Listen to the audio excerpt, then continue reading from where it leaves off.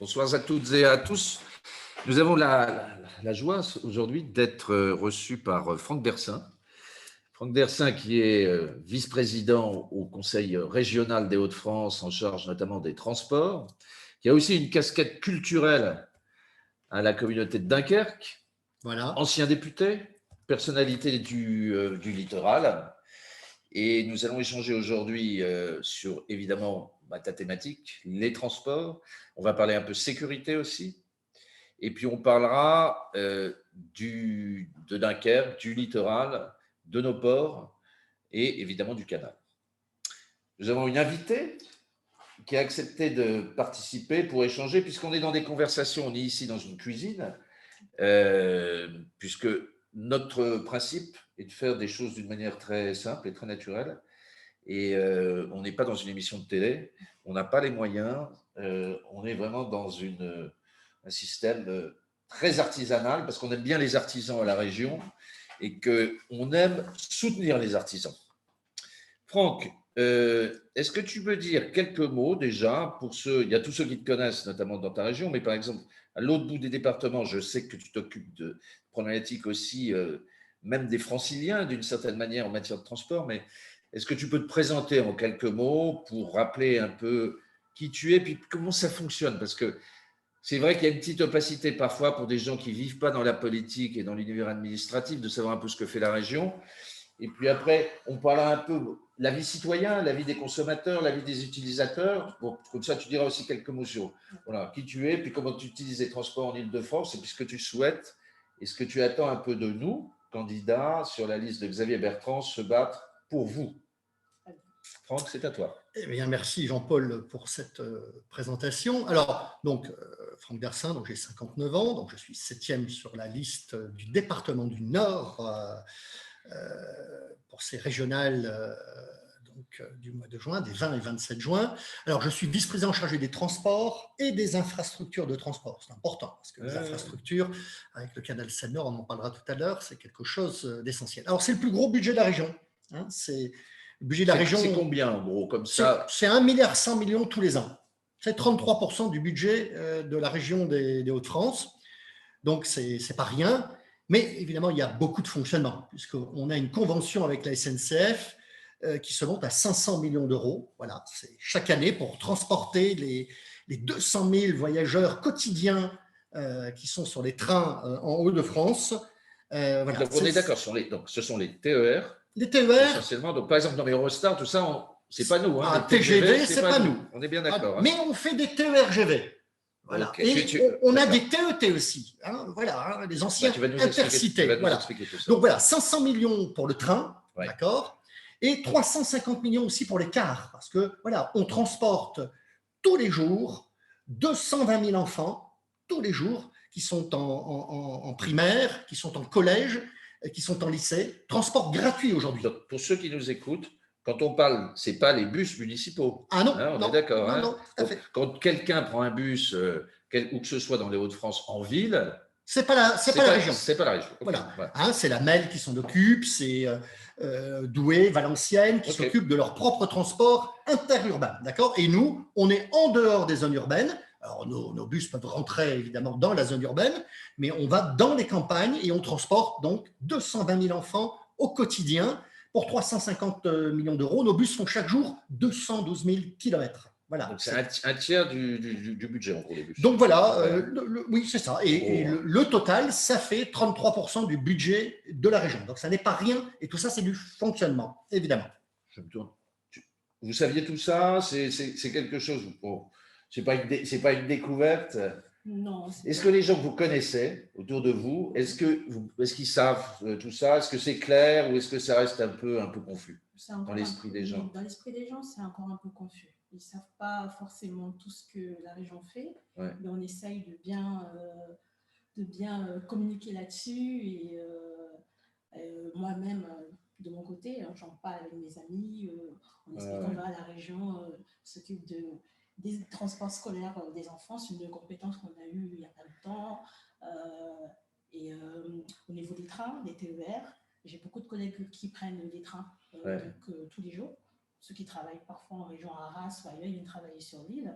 Donc, ils ont ils tiennent à cœur en fait de prendre les trains dans de bonnes conditions, de manière sécuritaire, les trains à l'heure, donc tout le temps, parce qu'il y a parfois il y a des problématiques de retard avec la SNCF et tout ça.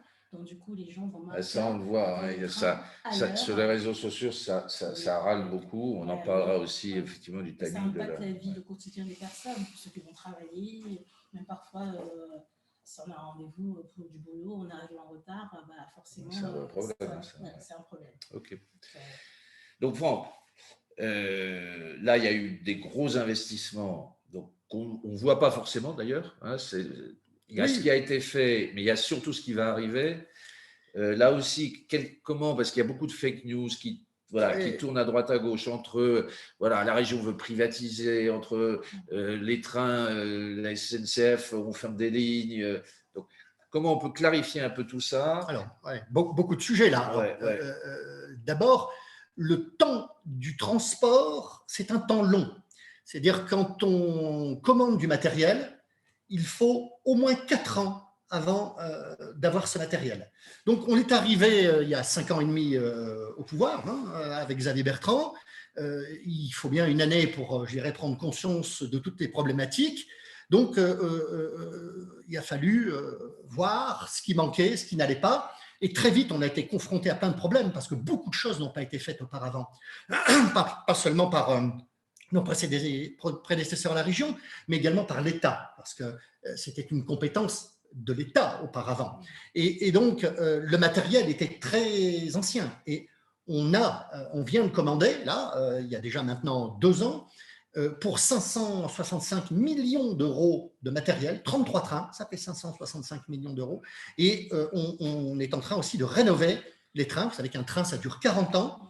Et au bout de 20 ans, c'est une rénovation à mi-vie. Et donc là, on investit plus de 420 millions d'euros avec, je dirais à chaque fois, les trains commandés, c'est à Valenciennes, c'est du boulot pour le Valenciennois. Les trains c'est combien d'emplois? Toute l'industrie du ferroviaire, aujourd'hui. La région des Hauts-de-France, c'est la première de France en matière ferroviaire. C'est la première région de France.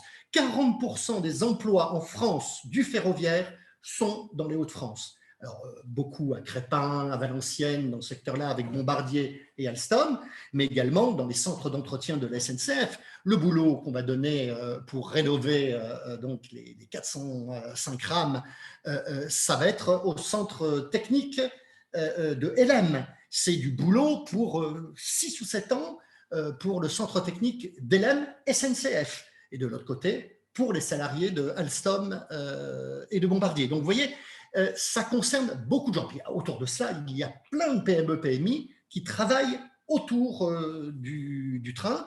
C'est Toulouse, c'est l'Airbus.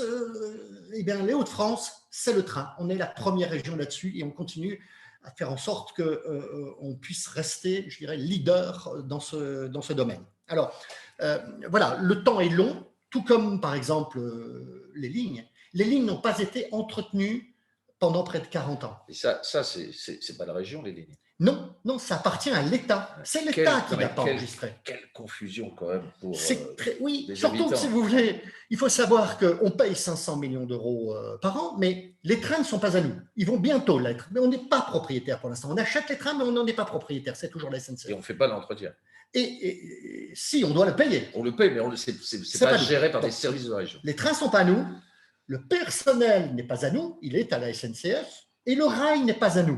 Donc, vous imaginez la difficulté d'intervenir, et en plus on est en monopole, c'est-à-dire il y a une seule entreprise qui fait tout, qui décide de tout. Donc vous voyez, on paye, on fait un chèque de 500 millions d'euros, mais rien de ce qui fait le train n'est contrôlé directement par la région. Donc, c'est parfois très frustrant, même pour moi. Quand on a voulu défendre les 3A, être assis, être à l'heure, être averti, c'est ça qu'on voulait.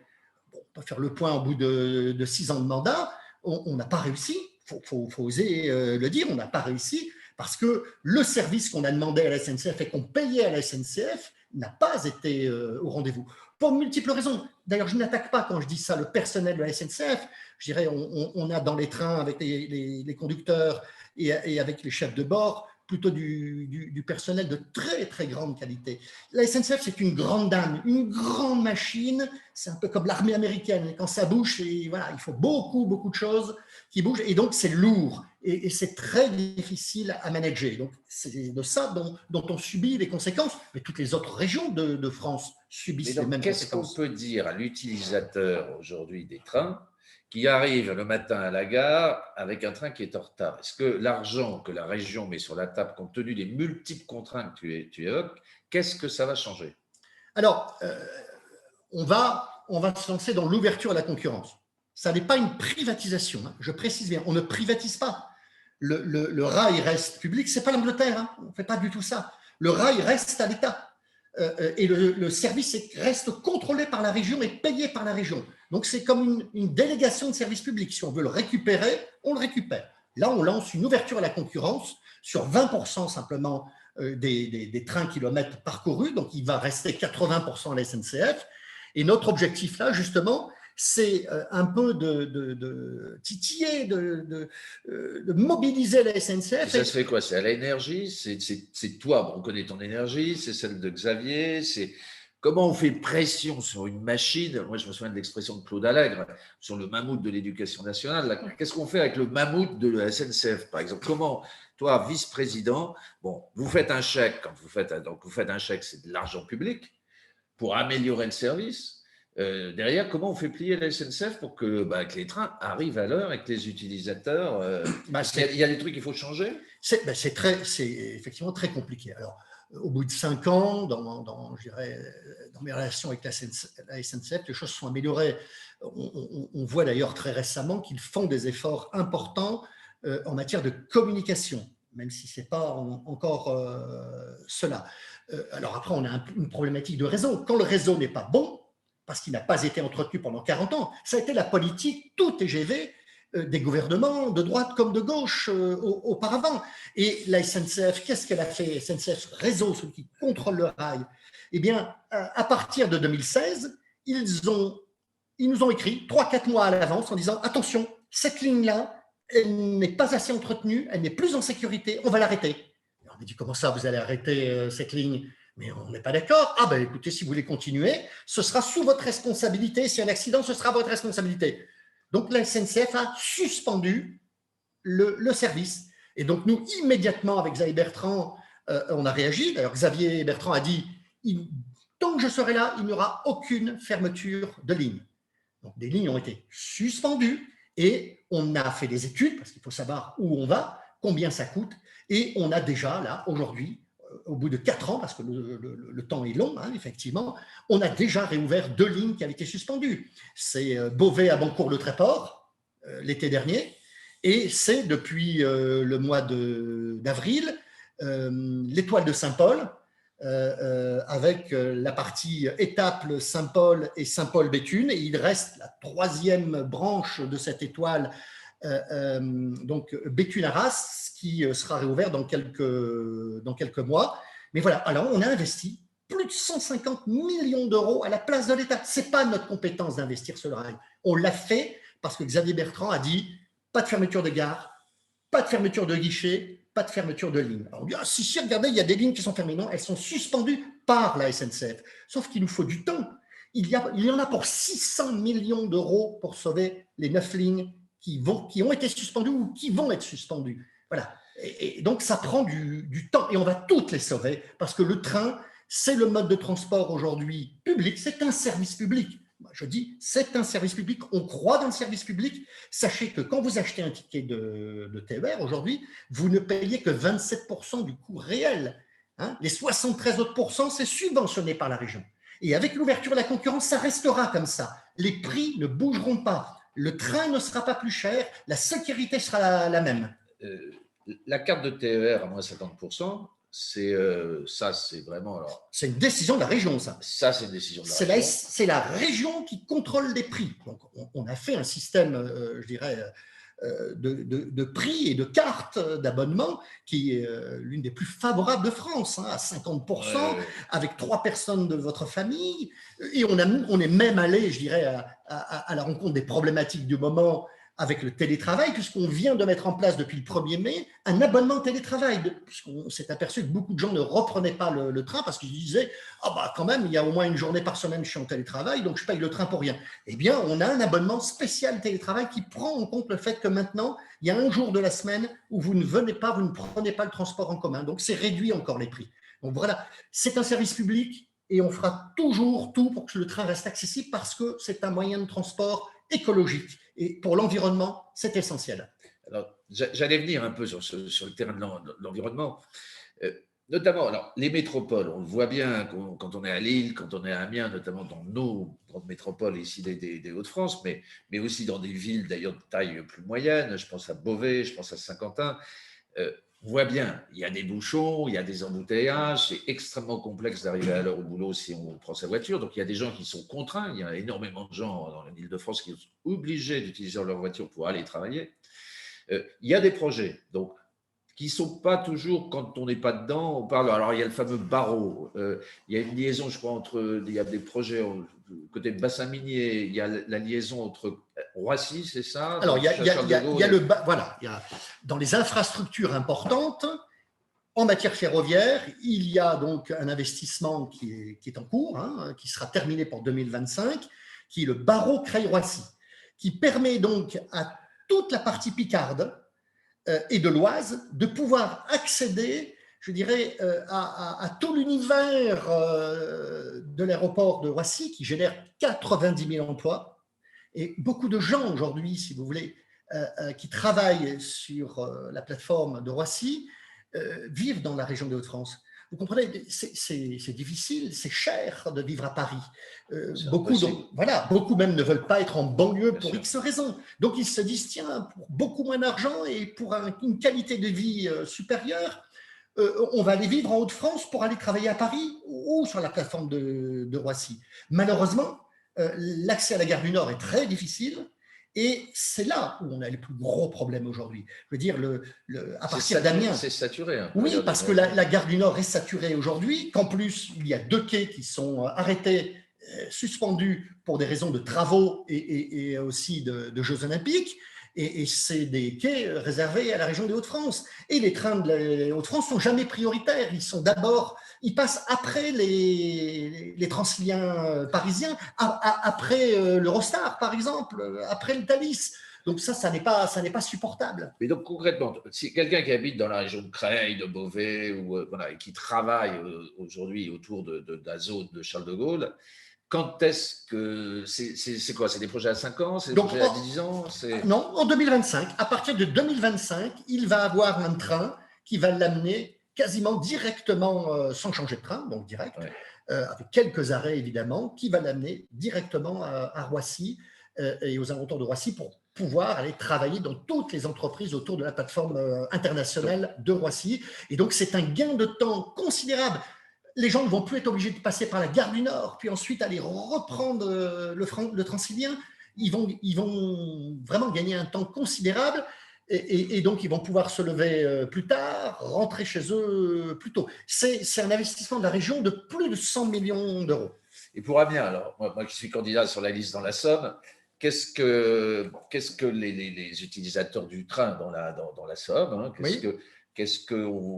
quel changement à venir? Quel projet? Déjà, on a racheté des locomotives. Vous savez qu'il y avait beaucoup de problèmes sur le Amiens-Paris parce que les locomotives qui étaient en place étaient trop anciennes. Donc, on en a racheté 6 immédiatement. On les a trouvées sur le marché. Ce n'était pas neuf, mais parce que commander, ça prend 4 ans. Donc, 6. Donc, ça a amélioré le système, mais on est aussi dans la problématique d'une gare en cul-de-sac, gare du Nord, qui est saturée. C'est la plus grosse gare d'Europe. Voilà. Donc, là-dessus, il faut qu'on travaille avec la SNCF de manière à ce qu'il fasse une offre plus, je dirais, avantageuse au train des Hauts-de-France. Alors, on est en train d'améliorer. On a acheté aussi beaucoup de matériel sur maintenant le TET, qui fait aujourd'hui Calais, Boulogne, Amiens, Paris. On a renforcé les trains de manière à ce qu'on puisse, à toute heure de la journée, tôt le matin et je dirais en fin de soirée également, pouvoir faire des allers-retours entre la Picardie et la gare du Nord de la meilleure des façons possibles. Mais il faut reconnaître que de toutes les lignes des Hauts-de-France, la ligne Picarde d'Amiens-Paris est celle qui nous a posé le plus de problèmes. Mais voilà, on a commandé le matériel aujourd'hui et puis c'est le secteur qui fait partie de l'ouverture à la concurrence. Donc, la SNCF va être obligée de réagir. Elle ne va plus pouvoir nous dire c'est comme ça, c'est un monopole. C'est quelle échéance? C'est début 2024. Voilà. Alors, après, il y a la question un peu aussi pour les entrepreneurs, hein, les cadres, ceux qui se déplacent, notamment qui vont à Paris, qui avant allaient à Londres, qui allaient à Bruxelles. Bon, il y avait quand même à Calais, il y avait Frétin et il y avait quand même des Eurostars qui permettaient d'aller aussi à Paris et pas seulement à Londres. Il y a Arras et Lille. Malheureusement, on se connaît l'état d'Eurostar. Donc ça, c'est pas la région. C'est pas la région. On est bien d'accord. Le TGV et les Eurostars et les Thalys, c'est pas la région. Seulement, je veux dire, politiquement, avec Xavier Bertrand, on est intervenu pour soutenir tous les maires, quelle que soit la tendance politique, aussi bien le maire d'Arras que le maire de Valenciennes, que le maire de Douai, par exemple, pour intervenir quand la SNCF a voulu faire des économies et supprimer les TGV. Ce n'est pas nous qui les payons, mais on est intervenu, on a réussi à diminuer, je dirais, à faire en sorte que les trains qu'ils voulaient supprimer ne soient pas supprimés. Par contre, on reste avec un énorme problème sur Lille aussi, c'est qu'auparavant, beaucoup d'Eurostar et de Thalys s'arrêtaient à Lille, et la SNCF là-dessus, elle est sur, je dirais, du privé, là, hein, c'est privé, c'est sur ce cas.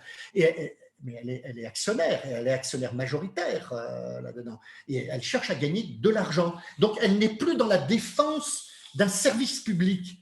Or, la région, elle l'est, même avec l'ouverture à la concurrence, nous resterons. C'est la SNCF sur le TGV et l'Eurostar et Thalys qui cherche aujourd'hui surtout à gagner de l'argent et donc se dit je ne m'arrête plus dans telle gare, je ne viens plus dans telle gare parce que ce n'est pas rentable. Nous, on sait qu'un service public n'est pas rentable et on n'est pas, je dirais, choqué par le fait qu'on mette 73% de subventions pour que justement les gens, les usagers puissent trouver ce moyen de transport pas cher et économique et surtout très protecteur de l'environnement. Voilà. Avant d'aborder d'autres sujets, est-ce que tu penses que la population, etc., voilà, est-ce qu'elle voit tout le travail qui est fait ou est-ce que ça reste quand même quelque chose d'un peu très, très lointain, avec une grande confusion? On sait très bien qu'en France, le problème, c'est que le millefeuille administratif des compétences entre les régions, les départements, les communautés de communes, les agglos, les villes et les villages, tout ça, voilà, c'est parfois un peu illisible. Tu penses qu'il faut faire plus de communication et notamment sur la question des transports? Moi, je me mets toujours à la place. Je suis utilisateur, moi, très, très régulier des TER de la région. C'est vrai qu'il arrive malheureusement que les TER soient en retard. Il faut monter des plateformes et communiquer plus, des outils sur Internet. Dans le feedback un peu de ce qu'on entend, Je pense déjà que depuis que Xavier Bertrand est arrivé, je pense qu'on a beaucoup communiqué déjà par rapport à ce que la région fait. Là, quand M. Dersin s'exprime, la région fait tellement de choses, c'est génial. Il y a tellement de sujets, de choses à faire en matière de transport. Mais c'est vrai que les gens, les utilisateurs comme moi, lambda, ne voient pas réellement tout ce que la région peut faire derrière. Ouais. Même si c'est vrai qu'aujourd'hui, grâce à la communication qui est faite, on se rend compte quand même qu'effectivement, la région intervient beaucoup dans le quotidien des personnes, hein, surtout en matière de transport. Et on peut faire peut-être plus, oui, on peut communiquer plus sur les réseaux sociaux, ce genre de choses. Mais déjà, je pense qu'il y a déjà un travail qui a été fait, colossal, par rapport à cette nouvelle, cet exécutif qui est arrivé là, depuis 6 ans. Et je trouve que ça va dans le bon sens. C'est un train qui va dans le bon sens, c'est comme les trains qui arrivent à l'heure. Mais il reste encore beaucoup de choses à faire. Hein, je veux dire, moi, je ne peux pas dire aujourd'hui, au bout de 6 ans, que je sois totalement satisfait du résultat. Non, c'est pour ça d'ailleurs que je repars avec Xavier Bertrand, parce que j'ai le sentiment que sur ce deuxième mandat, si les électeurs le veulent bien, c'est là qu'on va transformer l'essai véritablement, et c'est au bout de ces 6 ans qu'on pourra véritablement être jugé, parce qu'on aura eu le temps long pour pouvoir mettre en place toute la politique qu'on voulait mettre en faveur des usagers. Franck, on va peut-être prendre une question en ligne. Julien, est-ce que… Alors, on a plusieurs retours, notamment qui louent votre dynamisme. Merci. Moi, c'est vrai, on peut lui faire beaucoup de reproches, mais ça, alors, certainement pas. Hein, ça, c'est un battant. Vous êtes maire de quelle commune? Alors, je suis le maire de la ville de Téteghem-Coudekerque Village. Donc, c'est dans la communauté urbaine de Dunkerque. Voilà. Alors, je suis au bout. Hein. Alors, quand je me rends à Château-Thierry, c'est vraiment la diagonale la plus longue, c'est 3h20 en voiture. C'est quoi, 350 Oui, j'ai dit en voiture, parce qu'en train, c'est très compliqué. C'est injouable. Oui. Voilà. Mais c'est très bien d'arriver à Château-Thierry, puisque alors ça, les gens ne le savent pas, mais Château-Thierry, outre que c'est la ville de La Fontaine, Jean de La Fontaine, et ça n'est pas une fable que je raconte là, c'est aussi la ville du Champagne. Et grâce à la région de Château-Thierry, la région des Hauts-de-France est le deuxième producteur de champagne de France. 10%. 10%, voilà. Et ça on ne le savait pas. Ça. Non. Alors, oui, on pense à la bière, évidemment, on en boit une bonne, là, mais voilà, on produit du champagne. On a fait de la bière et du champagne. Voilà. Alors, donc, M. Dassin, il y a plusieurs questions. Donc, j'en ai ciblé 3. D'abord, une question sur la sécurisation, la sécurité dans les transports. Qui est apparemment, qui revient beaucoup et qui est un axe même prioritaire des habitants de France. Alors, oui, on a fait beaucoup de choses là-dessus. Et là aussi, on est parti de zéro. Hein. Il n'y avait aucune gare pratiquement, à part les très grandes, qui étaient équipées avec là, des vidéos caméras. Voilà, c'est ça. Bon, parce qu'il y a deux problèmes de sécurité. Donc ça, c'est une compétence de la région. C'est quelque chose, vous êtes battu pour ça, pour le faire. Voilà, on a pris conscience qu'il pouvait y avoir un problème. On n'a pas énormément de problèmes de sécurité dans le train. Je ne dis pas qu'il n'y en a pas, mais c'est assez faible. Il y a beaucoup plus de problèmes dans les gares. On peut être importuné dans les gares tôt le matin, tard le soir. Il peut y avoir des vols dans les gares. Donc, on a porté vraiment notre priorité sur l'équipement des gares, mais ça, on le fait en partenariat, on ne peut pas le faire tout seul. La gare, là aussi, n'appartient pas à la région. Donc, pour pouvoir financer des caméras dans une gare, il faut que Gare et Connexions, c'est-à-dire une filiale de la SNCF, soit d'accord. Donc, les gares, parce qu'une fois de plus, je pense que pour beaucoup de téléspectateurs, les gares, ça appartient à qui? Ça appartient à la SNCF. Ah, c'est pas les villes? Non, du tout. Ça appartient à la SNCF, à une filiale qui s'appelle Gare et Connexions, qui est maintenant intégrée dans SNCF Réseau. Et là aussi, on a d'énormes problèmes. Beaucoup de gares ne sont plus du tout entretenues par la SNCF. Et donc, là aussi, on est obligé de mettre de l'argent, si vous voulez, dans des bâtiments qui ne sont pas à nous. Alors, donc, on a équipé maintenant pratiquement une 50aine de gares dans la région, hein, c'est en cours pour un certain nombre, et on doit aussi se mettre d'accord avec les villes, puisqu'il y a aussi la gare à l'intérieur, mais il y a aussi, je dirais, le parvis de la gare qui peut être aussi source de problématiques. Donc, on est à 3 quand on investit là-dessus, quand on se met d'accord. Donc, c'est aussi un peu long, mais on a fortement avancé, et je dirais, l'objectif, à terme, c'est de mettre des caméras dans toutes les gares. Ensuite, dans le train, qu'est-ce qui se passe? Eh bien, évidemment, on a la police ferroviaire qui est financée par la région. C'est combien d'agents aujourd'hui, en gros? Alors, on ne raisonne pas en nombre d'agents, on raisonne en nombre d'heures de travail, si vous voulez. Et on paye des heures de travail. Et ça, c'est quoi? C'est des fonctionnaires? Alors, c'est du personnel de la SNCF. De la SNCF. Voilà, donc on se met d'accord avec la SNCF et on leur dit, voilà, on veut une présence à tel endroit, à tel moment. Quand on entend parler qu'il y a des problématiques dans telle gare, on leur demande d'y aller. On a eu récemment une problématique importante vers le Calaisis avec des migrants dans les trains. On a pris des passeurs qui transportaient également un moteur de bateau. Hein, donc, voilà, on est intervenu. Et donc, ça, c'est la région qui le paye. Et on a augmenté les heures de présence de la police ferroviaire de plus de 25% ces dernières années. Et surtout, chose unique, hein, très peu de régions font ça, on a passé une convention avec, je dirais, la gendarmerie. Donc, dans toutes les zones hors ville, en zone de gendarmerie, toutes les campagnes et toutes les gares, les plus petites gares, eh bien, nous travaillons avec donc des patrouilles de gendarmerie. Et ces patrouilles, on est parti de zéro, on vient encore de les augmenter de plus de 30%. Et ces patrouilles, toute la journée et le soir, surtout le soir, je dirais, sont dans les trains et sont dans les gares de manière à rassurer les gens. Et en plus, on a donné la gratuité de transport à tous les personnels de sécurité.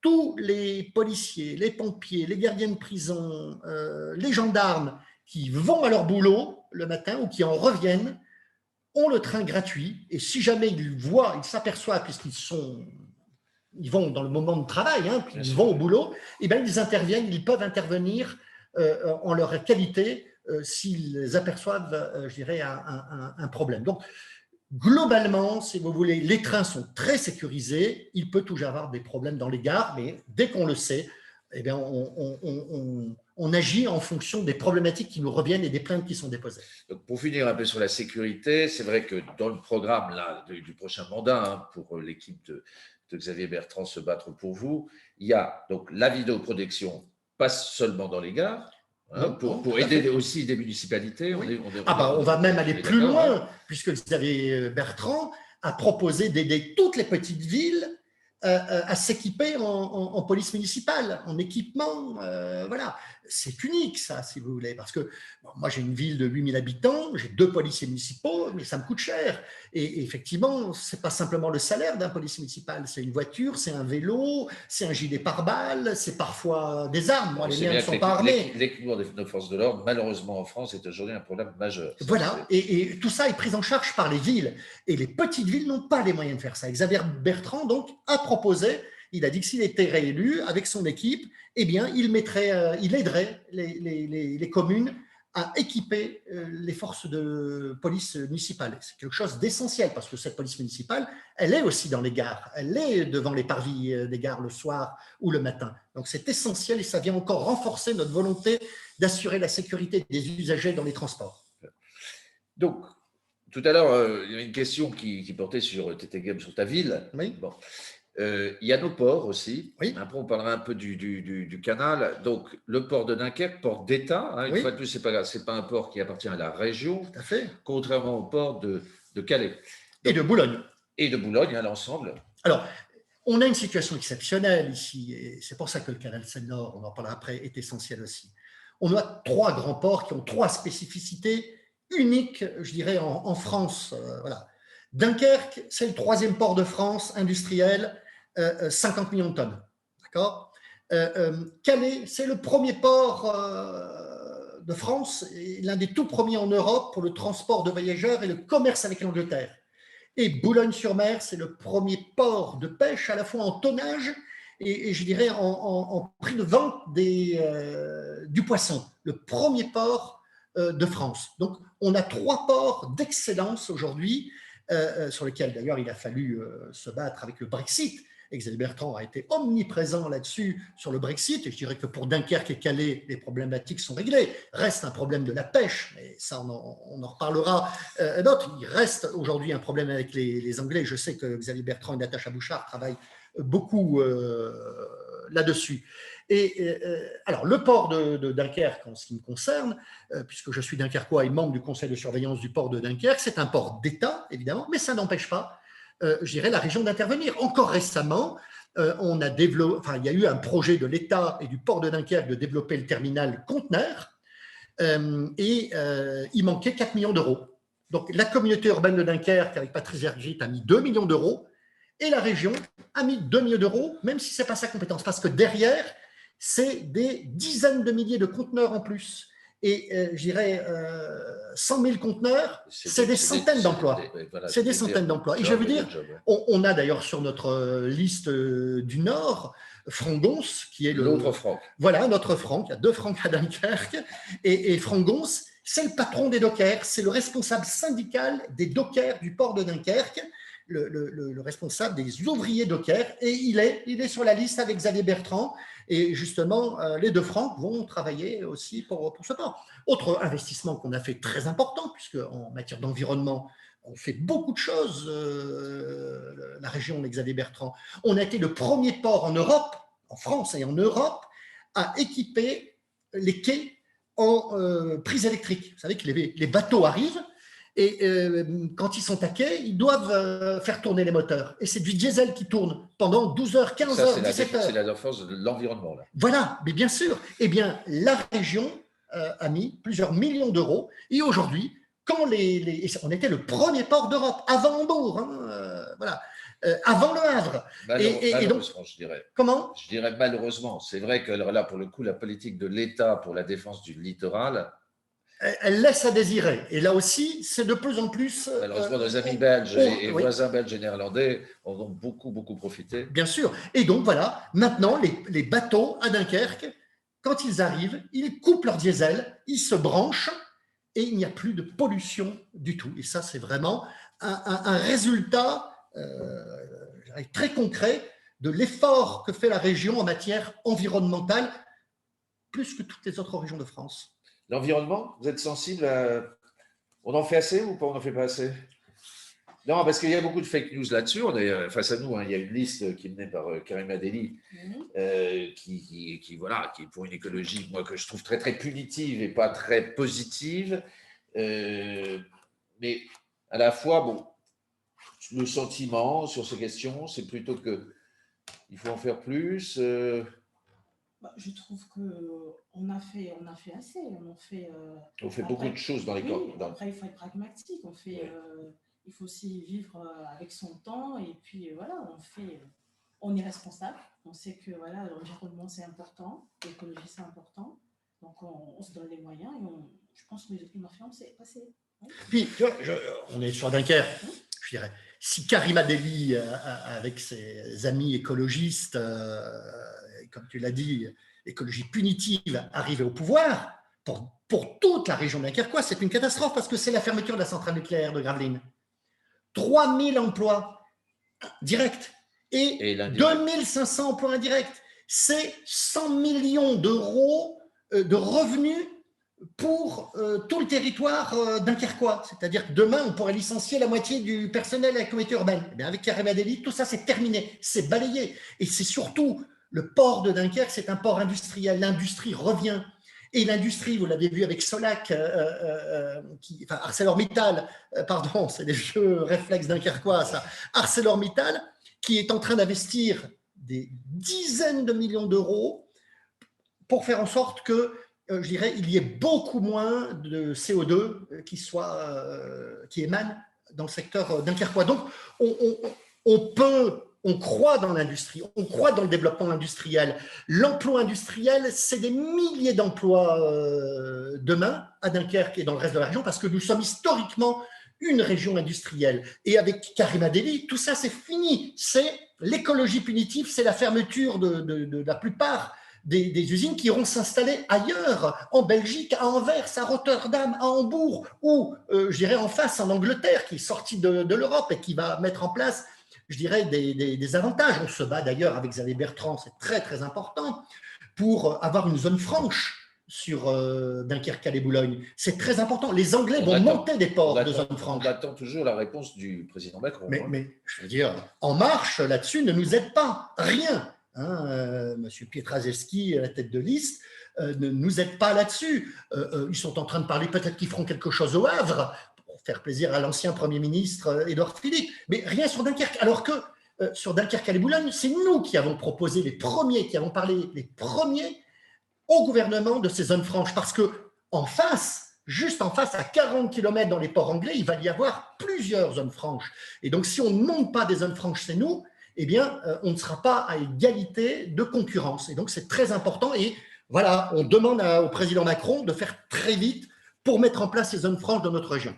On va prendre une question. Après, on parlera aussi quand même du canal Seine-Nord, parce que là aussi, on entend un peu des choses à droite, à gauche. Et ben aujourd'hui, tout le monde adore visiblement le canal, y compris Ceux qui étaient contre avant. Oui, voilà. Donc, une question, Julien. Jean-Paul, c'est justement cette question qui revient assez souvent sur le canal Seine-Nord-Europe. Pas mal d'explications de votre part qui est nécessaire apparemment pour comprendre vraiment les enjeux, d'où vient ce projet et là où vous voulez aller en termes d'investissement et de finalité. C'est vraiment une question qui revient. Ouais. Alors, le canal Seine-Nord, il vient de loin. Oui, c'est ça. 40 ans. Ça fait 40 ans qu'on essayait de faire ce canal Seine-Nord et on n'y arrivait pas. On n'y arrivait pas parce que l'État n'était pas très motivé, qu'on avait d'autres ports qui s'y opposaient. Et puis, il y a eu là aussi Xavier Bertrand. Bon, et puis il faut le reconnaître aussi, il n'est pas avec nous, mais il était ministre du budget à l'époque, c'est M. Darmanin, hein, et il nous a aidés à ce moment-là, parce qu'il était ministre du budget, à trouver les moyens. Et donc, on a réussi. Il était au conseil régional aussi. Et il était au conseil régional avec Xavier Bertrand à cette époque-là, effectivement. Et donc, on a fortement avancé et on a réussi à convaincre l'Europe. Je remercie d'ailleurs au passage Dominique Riquet, le député européen, qui très actif et qui nous a beaucoup aidé là-dessus. Je parle du député européen Dominique Riquet parce que Karima Delli, députée européenne, présidente de la commission transport, était contre le canal, totalement contre. Alors c'est fou, ils sont associés aujourd'hui. Mais aujourd'hui, elle est pour. Moi, j'ai pas compris. Oui, elle peut plus être contre. Mais enfin, elle est associée avec des socialistes qui était totalement pour.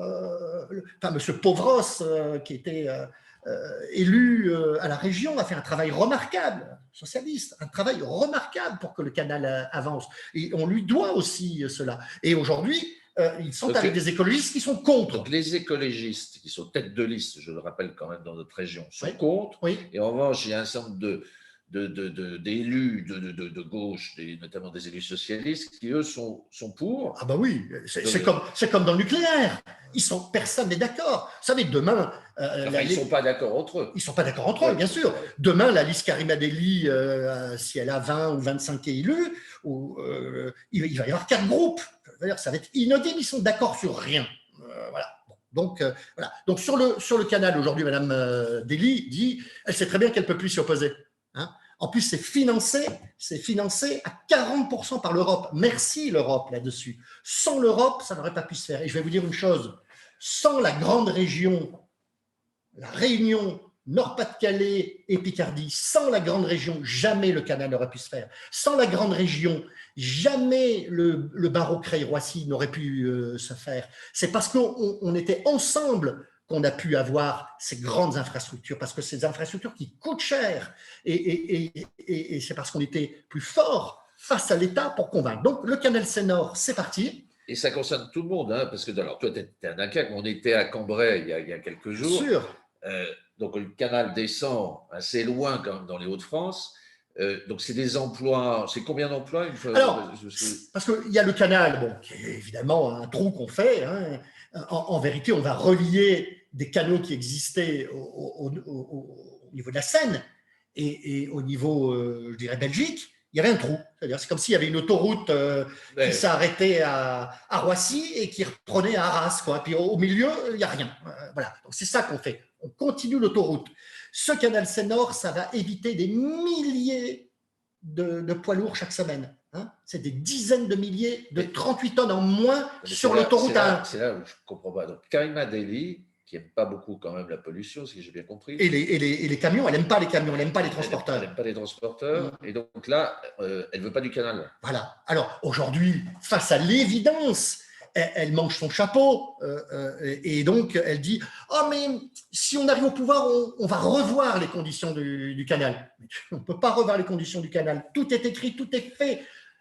Aujourd'hui, on termine simplement les appels d'offres. On commence à donner le premier coup de pelle dans 10 mois sur le canal. Dans 10 mois, il y a des entreprises qui vont construire. Oui. Donc ça veut dire des emplois. Oui. C'est combien d'emplois? Alors, le chantier du canal, c'est 8 000 emplois, hein, à peu près de manière constante. Répartis sur l'ensemble du territoire des Hauts-de-France. Il y a effectivement 107 km.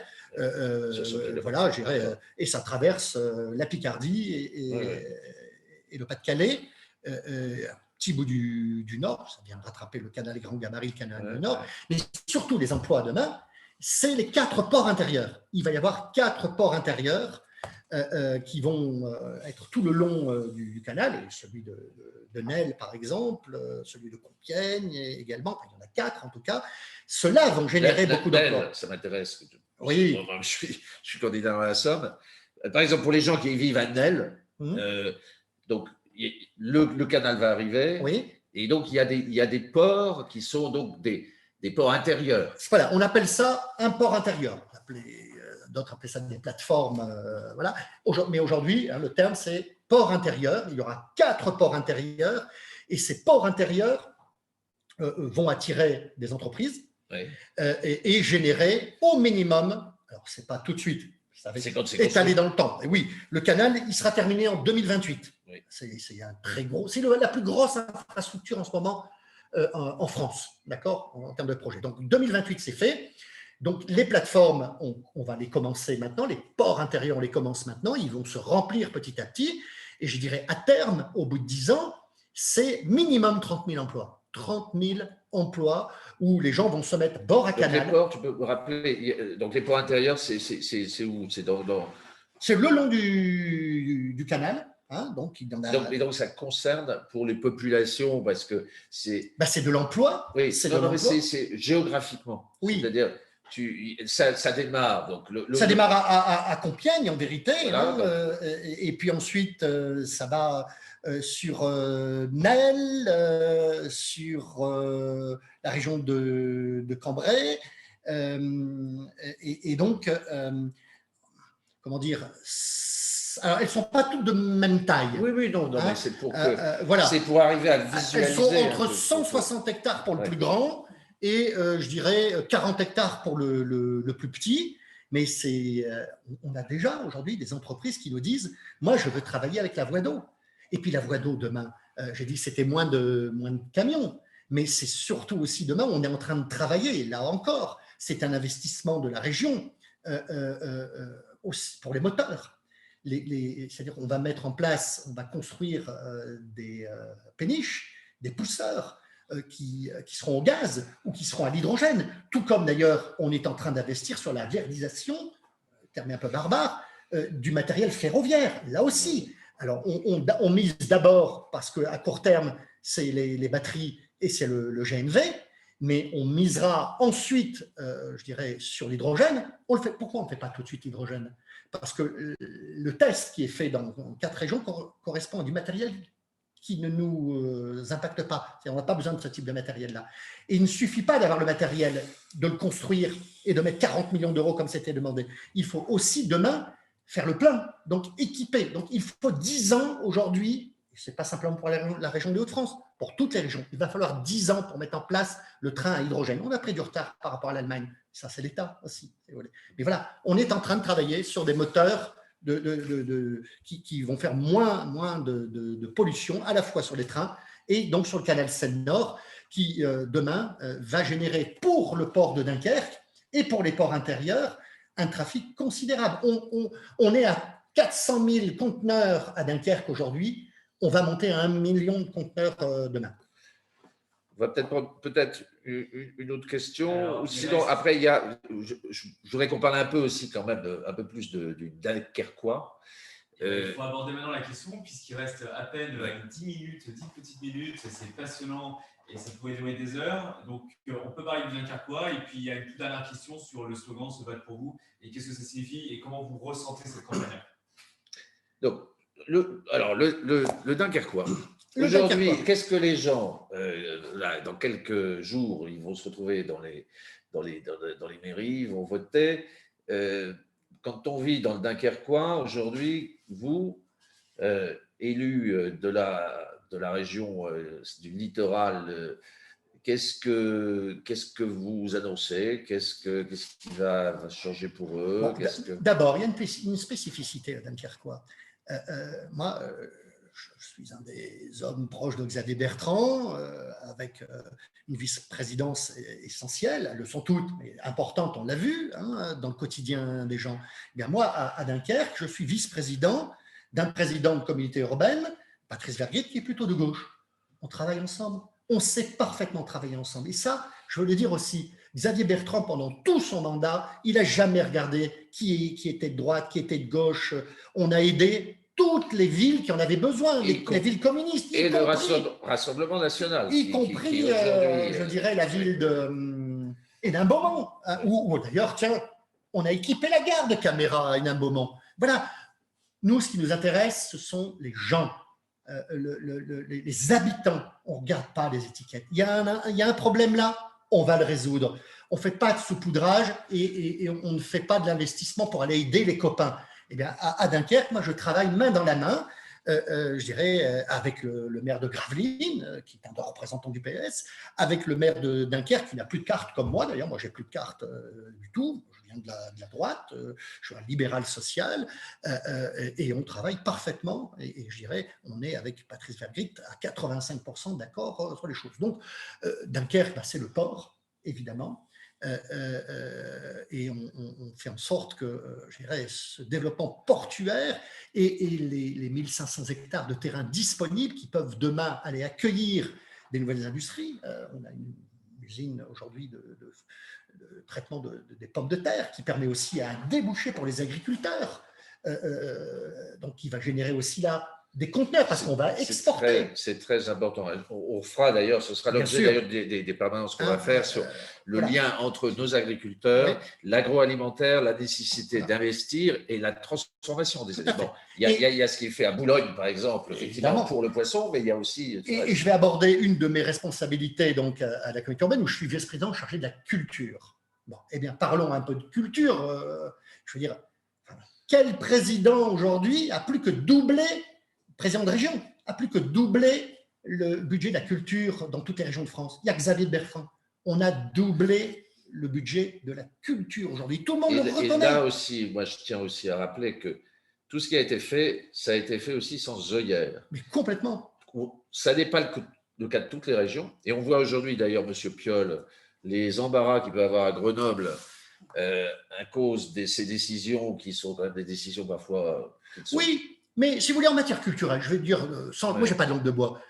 Je ne crains pas tellement la gauche parce que là-dessus, en matière culturelle, la gauche et les écologistes sont des gens assez ouverts intellectuellement et ne font pas fi, si vous voulez, culturellement, ne font pas des choix en disant ça c'est correct ou ça, c'est pas correct. Non, le grand ennemi de la culture pour tous, c'est l'extrême droite, c'est le RN, c'est M. Chenu. Si vous saviez les débats qu'on a eus à la région, à chaque fois qu'on soutenait des associations et que le RN disait si on est là demain, cette association n'aura plus rien, on la fermera, on les empêchera. Ce sera un séisme pour le monde culturel si le RN et M. Chenu arrivent au pouvoir demain.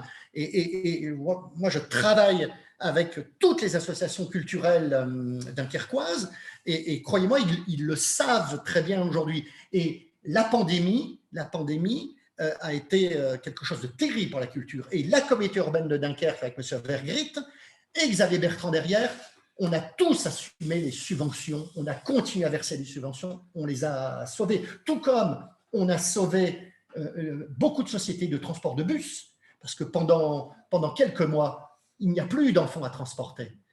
Eh bien, si on avait arrêté de payer, eh bien, toutes ces sociétés de bus familiales, elles seraient mortes aujourd'hui. Mais on a continué à payer, elles ont réussi à survivre et on a maintenu des emplois aussi bien dans la culture que là, je prends l'exemple des transports qui me concernent, où on a permis à ces entreprises familiales de résister. Sinon, elles seraient mortes et on serait retrouvé que devant des grandes entreprises avec un risque de monopole qu'on combat avec la SNCF. Il y avait cette question, donc, cette liste, notre liste, c'est la liste Se battre pour vous. Oui. Donc, c'est un slogan, mais ce n'est pas seulement un slogan, parce que c'est une vérité. Oui. C'était au travail la dernière fois, on est toujours au travail, on continue. Tu peux en dire, voilà, se battre pour les gens, c'est… Voilà, bon, déjà, je ne sais pas, est-ce que vous avez l'impression que je ne me bats pas quotidiennement en matière de transport pour les usagers. Je me bats tous les jours là-dessus. J'ai vraiment donné beaucoup de moi-même, y compris sur les réseaux sociaux. Les gens le disent d'ailleurs, toutes tendances confondues. Même à 23h, même à minuit, je passais des informations pour dire attention, il y a un problème de train là, ou tôt le matin, attention, vous n'allez pas avoir votre train. Je communiquais les informations que la SNCF ne communiquait pas très souvent. Donc, je fais parce que j'aime ça, évidemment, et c'est un peu… Il y a une équipe derrière Xavier Bertrand. Ça n'est pas que Xavier Bertrand. Je veux dire, il y a une équipe aujourd'hui, et une équipe de gens compétents. Voilà. Et donc, c'est pour ça que vous pouvez croire en nous, parce qu'on va se battre pour vous. C'est bien ça, et justement, une dernière… on nous pose la question, si vous avez pris l'espace, Michel, justement, sur cette question de se battre pour vous, est-ce que pour vous, ça signifie quelque chose en tant qu'habitant de Hauts-de-France, avoir une équipe, est-ce que vous ressentez cet esprit d'équipe, Xavier Bertrand et ses équipes au quotidien? Ça signifie beaucoup, se battre pour vous. Les gens ne demandent que ça, d'avoir des personnes qui s'engagent pour eux, qui luttent pour eux et qui finalement leur permet de mener une existence simple, normale et avoir accès à ce qu'ils doivent avoir accès. C'est le minimum. Non, mais protéger les habitants, c'est notre ADN en fait. Mais bien évidemment. Et puis, c'est ce en quoi on croit. Moi, je fais la politique depuis des années, et j'aime cela. Et je dirais surtout, avec cette équipe, on a regardé la compétence des gens qui sont là. Enfin, je veux dire, dans chaque secteur de compétences de la région, vous aurez des gens qui ont un passé professionnel, un savoir-faire, des gens qui ont des heures de vol, comme on dit, et qui seront immédiatement prêts à travailler. Le lendemain, on va être dans le lendemain de la crise sanitaire, et c'est très important d'avoir les hommes et les femmes qui comptent pour que cette région, qui est en retard, elle a été quand même 40 ans aux mains des écologistes et des socialistes. Les écologistes ont déjà gouverné cette région. Je me souviens de l'époque de Ils l'ont eu. Et je veux dire, ils n'ont rien changé. La région était restée parmi les dernières dans les classements. C'est 40 ans comme cela. Alors donc ça, on n'en veut plus. Et surtout, évitons de donner cette région à l'extrême droite, parce qu'elle en fera malheureusement quelque chose où les habitants, je dirais que ce soit en Picardie, dans le bassin minier, ou sur le littoral, ou à l'intérieur, personne ne s'y retrouvera. On perdra notre âme, croyez-moi. Monsieur Chenu est un identitaire, entouré d'identitaires. Ce sera très grave demain. Franck, merci. Merci vraiment d'avoir pris votre temps aujourd'hui, de nous accueillir aujourd'hui dans cette cuisine très sympathique. Je vous remercie tous de nous avoir suivis. On se retrouve pour une autre permanence la prochaine dans l'Oise avec Manuel Martin et Anaïs Pamard. Et on continue ensuite avec Madi Dorchi dans le Nord de nouveau, parce qu'on aime le Nord. L'étendard de Madi Dorchi, elle est très célèbre. Merci à vous. Merci. Bonsoir. Bonsoir.